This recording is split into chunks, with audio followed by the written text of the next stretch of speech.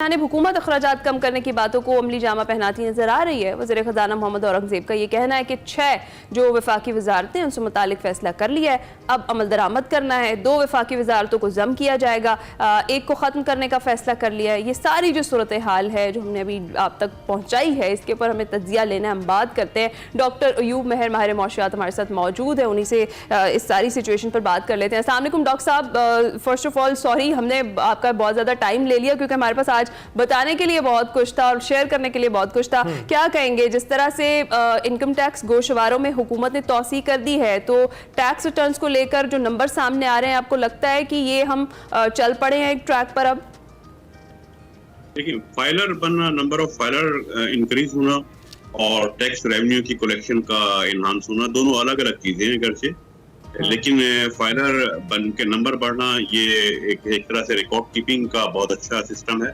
कि इसमें यह है कि चीजें प्रॉपरली मेंटेन हो रही हैं, रिकॉर्ड पे आ रही हैं उसमें। लेकिन एक चीज आप ध्यान में रखिएगा, खुद एसपीआर की स्टेटमेंट के मुताबिक जो कम अरसे में बहुत तेजी के साथ नंबर ऑफ फाइलर्स इंप्रूव हुए हैं, उनमें एनहांसमेंट आई है, उसमें जो मेजर पोर्शन है वो सैलरी पर्सन का है। सैलरी पर्सन जो है उनके नंबर्स जो हैं वो ज्यादा तेजी से बढ़े हैं। अभी भी वो सेक्टर जिनको लाना चाह रहा है सिस्टम में एसबीआर, उन सेक्टर्स के जो लोग हैं उनमें कोई खातिर ख्वाह इजाफा अभी भी नहीं देखने में आया है। और सैलरी पर्सन कहिए, सैलरी पर्सन हो या कोई भी, मैं कहता हूँ कोई भी जो मिडिल क्लासर है, वो इन पाबंदियों को अफोर्ड नहीं कर सकता जो अब फाइलर और नॉन फाइलर की कैटेगरी को एबॉलिश करके जो कहा गया है कि अब सिस्टम ये होगा कि जो फाइल नहीं करेगा, जो एक्टिव फाइलर नहीं होगा, उसको ये 15 पाबंदियां फेस करनी पड़ेंगी। तो ये मेरे ख्याल में अफोर्ड नहीं कर सकते सैलरी पर्सन भी या दूसरे मिडिल क्लासर भी। इसलिए इन पाबंदियों से बचने के लिए नंबर ऑफ फाइलर बहरहाल इंक्रीज हुए, उनमें एक इम्प्रूवमेंट आई है। लेकिन अभी भी वो सेक्टर जो हैं जो बार बार एसपीआर की तरफ से जिनकी तरफ इंडिकेशन दी जा रही है, जिनमें रियल एस्टेट है, एग्रीकल्चर आता है प्रोवेंसेस में, और आईएमएफ ने अभी रिसेंटली कंडीशन में कहा भी है कि प्रोवेंसेस को भी एक्टिव करना होगा, और उनको एक्टिव करने के लिए जो मैकेनिज्म अडॉप्ट किया गया है उसमें आईएमएफ ने बिल्कुल कैटेगोरिकली कहा है कि आपको रिव्यू करना होगा एनएफसी अवार्ड को, ताकि एनएफसी अवार्ड से प्रोवेंसेस जो हैं वो अपने रेवेन्यू अपने प्रोविंशियल टैक्स के जरिए कलेक्ट कर सके। तो वो एक है प्रॉपर्टी या रियल एस्टेट की तरफ से क्या इंप्रूवमेंट आती है, उन्हीं के कहने पे ये 15 दिन की अनाउंसमेंट की गई है। अगर आप मासी को देखें तो एफपीआर हमेशा एक्सटेंड किया करता था गोशवारे जमा करने की तारीख, लेकिन पहले मैकेनिज्म ये था, हमेशा ये होता था 1 महीने की एक्सटेंशन आती थी, फिर 1 महीने की आती थी, और आखिर में जाकर जनवरी फरवरी में नेक्स्ट ईयर में आखिरी जो एनहांसमेंट होती थी, रिलैक्सेशन होती थी, वो आखिरी 15 दिन की हुआ करती थी। पहले 1-1 महीने की 2-3 मरतबा दी जाती। बिल्कुल नजर आई डॉक्टर साहब। हाँ, हम देख रहे हैं कि दिनों में की तादाद में तो कमी आती चली जा रही है। ये शायद एक तरह से टाइट करने की सूरत हाल भी है, जिसमें आप अपने टैक्स दहिंदगान को ये बताना चाहते हैं कि जल्द से जल्द आप फाइल करें और हुकूमत को बताएं कि क्या सिलसिला है। लेकिन हमने देखा कि 3,41,000 लोग नए शामिल हुए हैं टैक्स नेट में, लेकिन इसके साथ साथ दूसरी जानिब 2,38,000 अफराद ऐसे भी हैं जिन्होंने कोई इनकम टैक्स जाहिर नहीं किया। अब बात आती है 50,000 रुपए कमाने वाले लोगों की, जो कि तनख्वाहदार तबका है, क्या टैक्स रिटर्न्स जमा करवाएं? कुछ बचता ही नहीं उनके पास। नहीं, देखिए, उसमें टैक्स रिटर्न जमा कराने का मतलब टैक्स जमा कराना नहीं होता। जो सैलरी पर्सन होते हैं, और उस सैलरी पर्सन के अलावा भी और बहुत सारे शोबे हैं जहां इनकम टैक्स जो होता है, जो पे करना होता है, वो विदहोल्ड हो जाता है, यानी उनको पेमेंट होने से पहले ही उनके डिपार्टमेंट में टैक्स काट लिया जाता है, और वो टैक्स काटने के बाद एसबीआर में जो एम्प्लॉयर होता है वो खुद रिस्पॉन्सिबल होता है, उसकी जिम्मेदारी होती है, उसकी लायबिलिटी है ये कि वो एसबीआर में वो टैक्स जो उसने डिडक्ट किया है एट सोर्स वो जमा करा दे।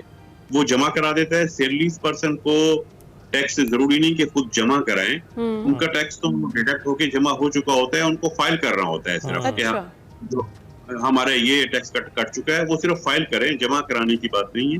तो वो 50,000 हो, 60,000 हो, जिसका नहीं भी बचता, जिसका टैक्स वो चूंकि पहले कट चुका है, एसबीआर उसको सिर्फ रिकॉन्साइल करता है कि जो एम्प्लॉय कह रहा है कि मेरा इतना टैक्स कटा है, क्या एम्प्लॉयर ने वो जमा कराया था, उसको रिकॉन्साइल करना होता है कि दरमियान में सिस्टम में तो कोई इस तरह की लीकेज नहीं आ रही कि टैक्स कटा है और जमा नहीं कराया। जैसे कि हमारे यहाँ इंडायरेक्ट टैक्सेस के मुतालिक ये मशहूर है, अभी जो रिटेलर या दूसरों को कहा जा रहा है कि एक चेन में आए प्रॉपरली, वो उसकी वजह ये है कि बहुत दफा ऐसा होता है कि आपसे टैक्स, इंडायरेक्ट टैक्सेस की बात कर रहा हूँ, जीएसटी वगैरह की, वैल्यू एडिशन टैक्स की काट लिया जाता है, लेकिन वो जमा कराया गया या नहीं कराया गया वो एक इशू होता है।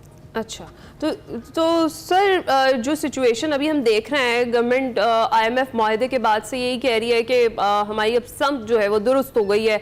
आपको लगता है कि डायरेक्शन दुरुस्त है? और ऐसी सारी सूरत हाल में जो वज़ीर ख़जाना है मोहम्मद औरंगज़ेब, वो ये कह रहे हैं कि कुछ वजारतें जो हैं उन्हें बंद कर दिया जाएगा, कुछ को जम किया जाएगा, और जो दीगर इक़दाम हुकूमत ले रही है, आपको लग रहा है कि हुकूमत अब संजीदा है इस सारे मामले में? नहीं है ना, देखिए इसको डायरेक्शन हमारी सही हो गई है, ये अभी कहना, मैं कहता अभी बिफोर टाइम है, ये कबल अज़ वक्त एक चीज है। मसला ये है कि कुछ अगर एक दो इंडिकेटर बेहतर हो जाएं तो हम उसको, वो होते हैं हर हुकूमत के दौर में, एक दो चीजें इंप्रूव हो जाती हैं, स्लाइटली इंप्रूवमेंट आती है, हम उसको बहुत ज्यादा पब्लिसाइज कर देते हैं, उसको डायरेक्शन सही होना नहीं कह सकते। अभी एक चीज आप देखें कि आईएमएफ से अभी जो रिसेंट हमारा एग्रीमेंट हुआ है $7.1 बिलियन के लिए 37 मंथ के लिए, ये एक्सटेंडेड फंड फैसिलिटी है। ये इससे पहले जो हुआ था वो दो एग्रीमेंट जो हमारे हुए थे आईएमएफ से, वो स्टैंड बाय अरेंजमेंट थे। स्टैंड बाय अरेंजमेंट और एक्सटेंडेड फंड फैसिलिटी में जो मेजर फर्क होता है, स्टैंड बाय अरेंजमेंट उस वक्त किया जाता है जब इमीडिएटली आपको कैश की जरूरत होती है। अगर कैश फॉरेन एक्सचेंज रिजर्व आपके पास ना पहुंचे, आपके रिजर्व में ना आए, तो आपके इंटरनेशनल मार्केट में डिफॉल्ट का खतरा आपके सर पर मौजूद होता है। आप डिफॉल्ट कर सकते हैं, फौरी तौर पे आपको कैश चाहिए होता है, वरना आपकी एलसीज नहीं खुलेंगी। तो उसके लिए जो फैसिलिटी दी जाती है फौरी तौर पे, वो स्टैंड बाय अरेंजमेंट होता है। लेकिन जो एक्सटेंडेड फंड फैसिलिटी है, उसमें इमीडिएट कोई मसला नहीं होता है, इमीडिएट प्रॉब्लम नहीं होती, लेकिन ये फोर्स ही किया जा रहा होता है, ये जहन में रखें, वो फोर्स ये किया जा रहा होता है कि आने वाले दिनों में प्रॉब्लम आ जाएगी। तो ये हमें तो अंदाजा हो गया है कि 37 माह तक डिफॉल्ट के खतरे से हम बाहर हैं। ये बताइएगा कि दूसरी जानिब देखा जा रहा है कि हमारे वज़ीर ख़जाना जो मोहम्मद औरंगज़ेब हैं, उन्होंने भी इस हवाले से बताया कि बहुत सी वजारतें बंद करने वाले हैं, वो निजकारी होने वाली हैं। इसका कुछ मुस्बत इम्पैक्ट आएगा? देखिए, मैं अभी जो चीज डिस्कस कर रहा था कि एक्सटेंडेड फंड फैसिलिटीज में जो आईएमएफ की कंडीशन साथ आती हैं, उनकी नेचर डिफरेंट होती है। जब स्टैंड बाय अरेंजमेंट था तो हम देख रहे थे ना कि इंटरेस्ट रेट से रिलेटेड चीजें आती थी, जीएसटी बढ़ाने से रिलेटेड, टैक्स बढ़ाने से रिलेटेड।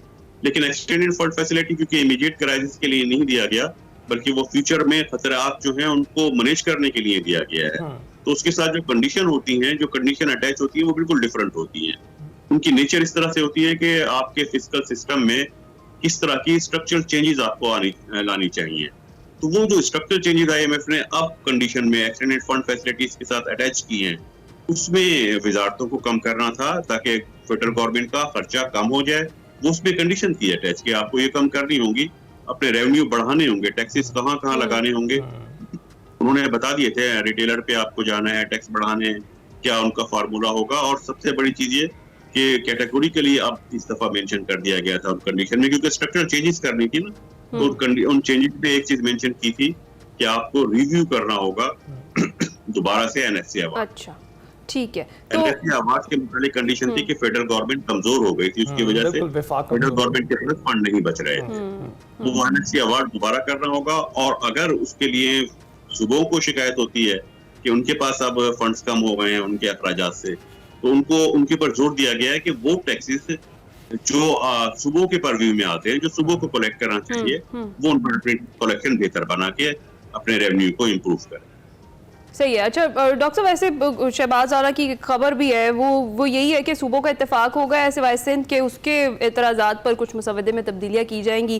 तो जिस तरह से अभी आप बात कर रहे हैं कि 37 माह तो हम सेव हैं, अब बात की जाए अगर फॉरेन डायरेक्ट इन्वेस्टमेंट की, तो उसके बगैर फिर आपको लगता है ये सब कुछ मुमकिन है, हम दुरुस्त ट्रैक पर आ सकते हैं? बिल्कुल आना। देखिए, आपने जो चीज आप की है ना, मैं फॉरेन डायरेक्ट इन्वेस्टमेंट की, हम ये ना समझें कि 37 माह हम सेव हैं। हाँ। सेफ ना समझे। अच्छा। आईएमएफ ने एग्रीमेंट किया है 37 माह के लिए, वो 7.8 बिलियन जो है आपको 6 किस्तों में वो पे करेगा आपके करंट अकाउंट बैलेंस को मैनेज करने के लिए।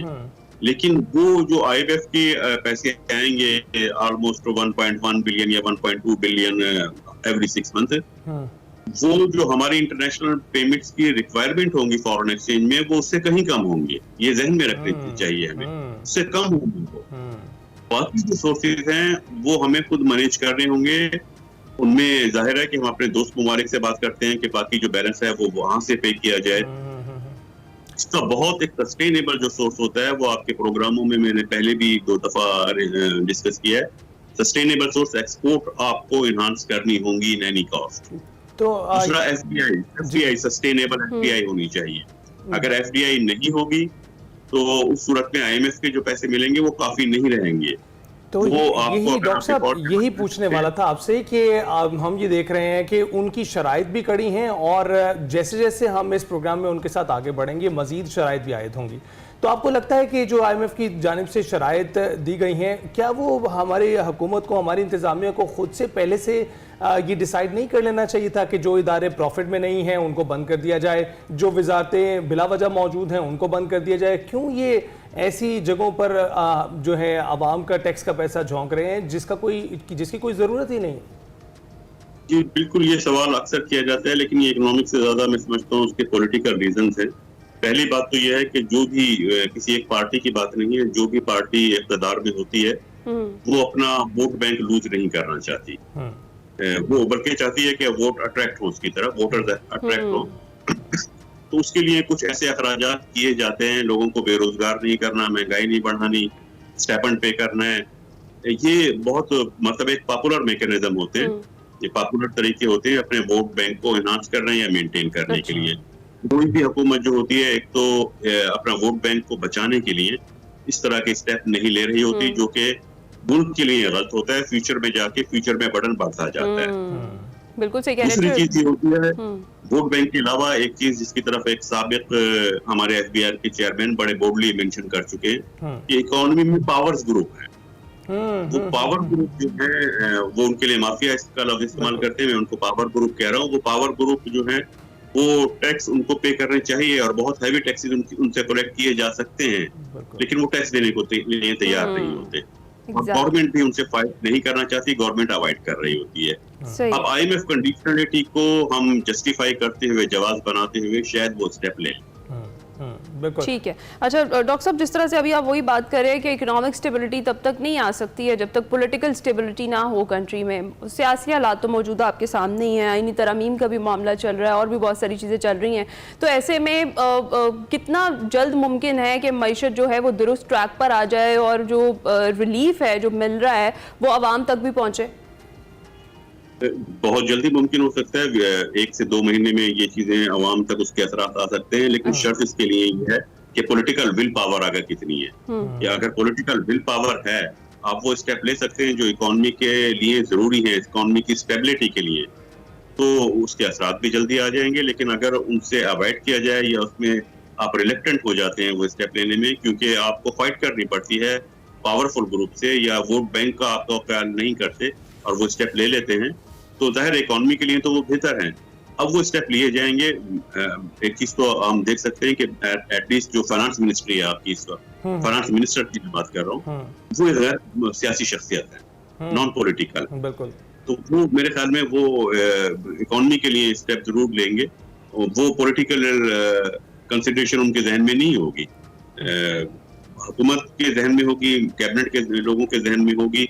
वो थोड़े से हो सकता है सॉफ्ट कॉर्नर रखें कि स्टेप ना लिए जाएं, लेकिन सॉफ्ट कॉर्नर से मेरी मुराद ये कि अवाम पर बोझ मुंतकिल कर देना ये मुश्किल फैसला नहीं होता, ये लिया जाता रहा है, GST बढ़ता रहा है। और ऐसा ही करना चाहिए। डॉक्टर साहब बहुत शुक्रिया, आपसे बातचीत करके बहुत से इल्म में मेरे भी इजाफा हुआ है।